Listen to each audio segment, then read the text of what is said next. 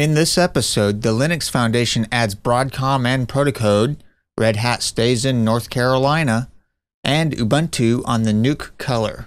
You're listening to Linux News Log, separating the Linux and open source signal from the noise, a proud member of techpodcasts.com. Hey everybody, how's it going? I'm your host Adrian, coming to you almost live from lovely Phoenix, Arizona, here in Studio C1 at Quicksurf Internet Media. Linux News Log is a proud member of the Tech Podcast Network. If it's tech, it's here. Do feel free to head on over to techpodcast.com and check out all the other technology-related shows over there. This is the season finale of Season 11. I know I'm doing the kind of weird TV season thing, but it's easier for me to keep track of stuff. The next episode of Linux News Log will be Season 12, Episode 1. We do 21 episodes per season because it's half of 42, and we all know what 42 is all about. So, with that being said, let's go ahead and get into the stories for this episode. From BostonHerald.com, in their business section, Homegrown Red Hat to keep headquarters in North Carolina. The Linux software developer announced Monday it would keep its corporate headquarters in Wake County and create 540 new jobs over the next decade as it expands current operations and targets new technology. Governor Beverly Perdue joined Red Hat CEO Jim Whitehurst in making the announcement in Raleigh. So pretty nice. They've obviously looked at a couple of different places and decided that their current home will remain their current home. So that's good news. From linuxplanet.com, the Linux Foundation grows and adds Broadcom. As Linux adoption grows, so too does the Linux Foundation as it continues to add new members to its ranks. So far in 2011, the Linux Foundation has added at least 3 new members, companies including Broadcom, TimeKeeper, and Protecode. The new members so far in 2011 follows a year in which the open source group dramatically expanded its membership roster. So this is pretty good. Broadcom, in my opinion, is a huge win. Networking is always an issue in Linux when you don't have chipset support from the network NIC card manufacturers, and so Broadcom is good that they're joining the Linux Foundation. We got to get more in there though, and really ramp it up. From Information Week, hacker ports Ubuntu Linux onto Nook color. XDA developers member Devastorks, I don't know how you say it, on Friday disclosed he had ported Ubuntu Linux onto a rooted Nook color e-reader. The Indianapolis-based hacker posted step-by-step directions. I have it linked up in the show notes, quicksurf.com or linux.quicksurf.com. He points out, obviously, if you want to do something like this, the risks, you can break it. He's not responsible for anything that comes of it, etc., etc. If you have a Nook color and you want to run Ubuntu on it, then now's the time to try it. From PC World, Linux adds driver support for a raft of devices.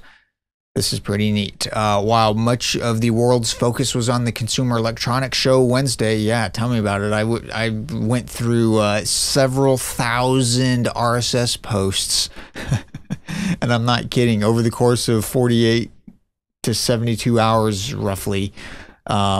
Huge glut of people posting stuff. Anyway, Linux creator Linus Torvalds quietly released the next version of the Linux kernel.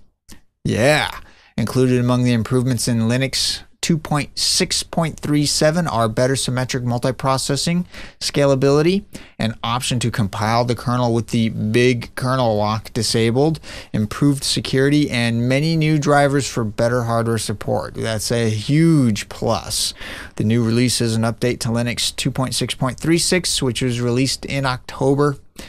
So, nice. There's a little write-up for the all of the major hit points. Check it out. It's good reading. From Tech Republic, I ran across this article and I thought I'd share it because this hits on a lot of the points that every time somebody asks me, you know, what should I get? You know, I'm looking for a new computer. Should I get a Mac? Should I get Windows? Should I get a white box and, you know, put Linux on it? You know, all, the bajillion questions. And I always tell them that they need to know what they, you know, they need to know what they want it to do. And then from there, they can pick something that's appropriate. Well, this starts off, the first thing that you need to know is decide what you need Linux to do. This is, it doesn't, you know, this is apropos to Linux, but at the same time, it really doesn't matter what platform you're on. If you're going to buy a computer or you're going to do an upgrade or you're going to do anything, you need to know what you want it to do. You know, I used to actually work part-time at CompUSA selling computers back in the day when it was still CompUSA, and I can't tell you how many times somebody would come in to buy a computer. They'd be like, yeah, I want to buy a computer. And you're like, great. We've got this whole range of computers ranging from, you know, $500–600 all the way up to a couple $1,000s. What are you going to use your computer for? Well, I don't know. It was the answer that I would get.